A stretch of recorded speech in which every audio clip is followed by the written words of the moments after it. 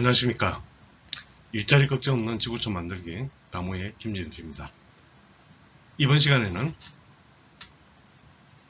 업종별 준비된 창업, 광업 부분에 대해서 설명을 하고자 합니다.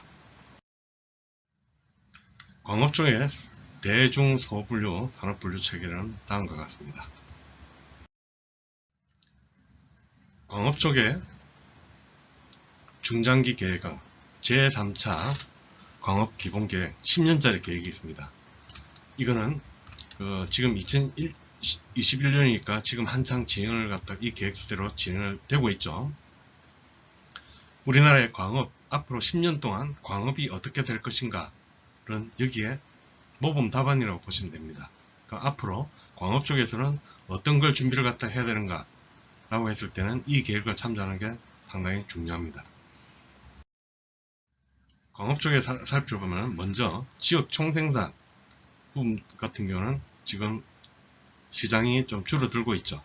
그리고 지역별은 강원도에 집중되어 있고, 그 다음에 취업자 수도 소폭 증가를 갖다가 하고, 사업체는 그냥 아무래도 진입장벽이 높죠. 광업 쪽에는 자본이 많이 들기 때문에 사업체가 그렇게 늘어나고 있지는 않은 것입니다.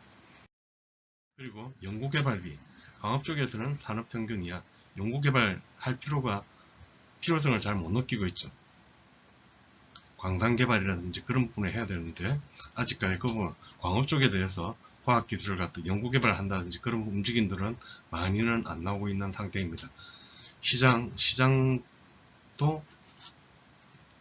조금 늘어나고 있죠. 늘어나고 있는 상태고, 그리고 수익성, 광업은 그 업종 중에서 수익성이 가장 높은 산업 평균의 2배 이상입니다. 가장 높습니다. 왜?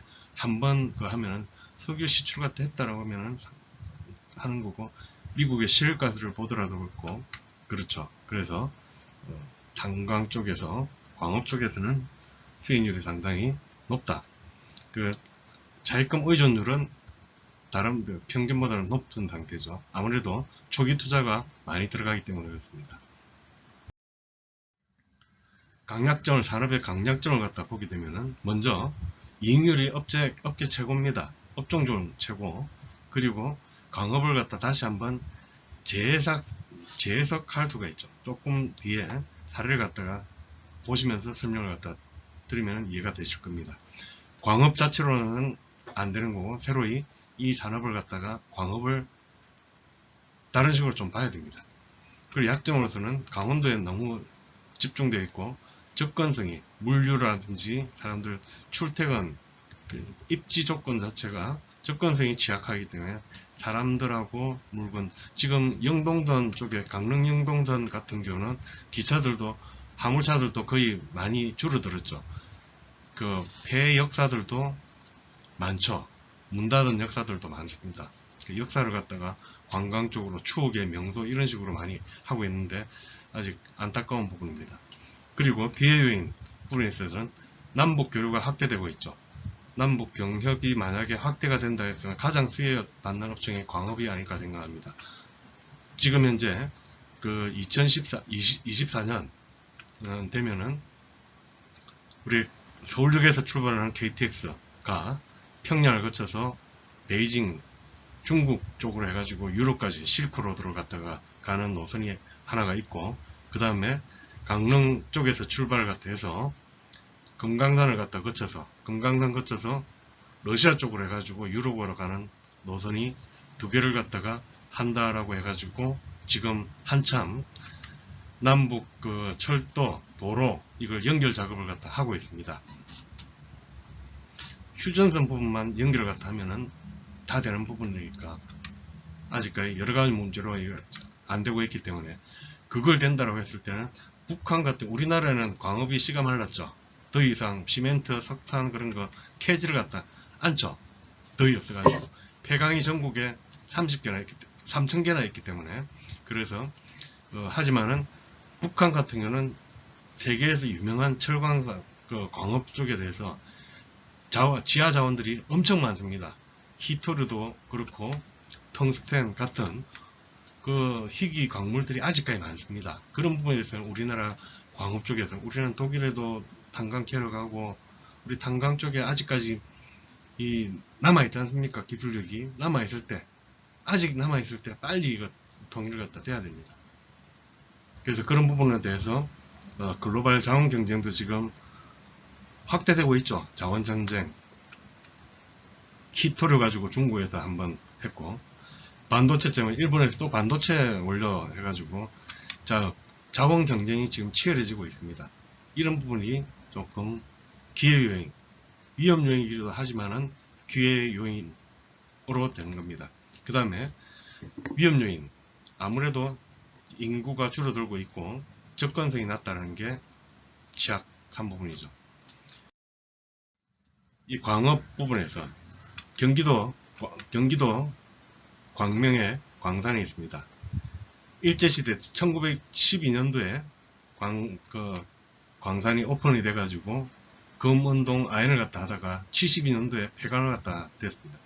이런 폐광들이 전국에 3,000여 개 이상이 남아 있습니다.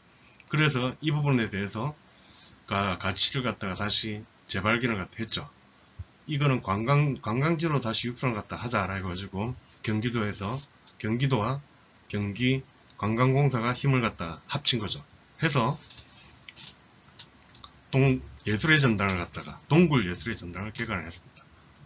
세계 최초로 2013년도에 그래서 지금 연 방문객이 140만 명으로 되었습니다. 근데 광명의 탄광 전국에 3,000개나 있습니다. 그 각기 탄광들 그냥 닫아놓고 있는 것보다 이 얼마나 좋습니까? 제가 아까 조금 전에 가치의 재발견이라고 했던 부분들이 바로 이런 부분들입니다. 탄광 쪽에서 했던 게 기차, 철도역도 있고, 그 다음에 역사들도 있고, 이 탄광들도 있고, 더 이상 탄광으로서는 이제 광업으로서는 더 이상 발전이 없어 보이는 그런 인프라들이었습니다.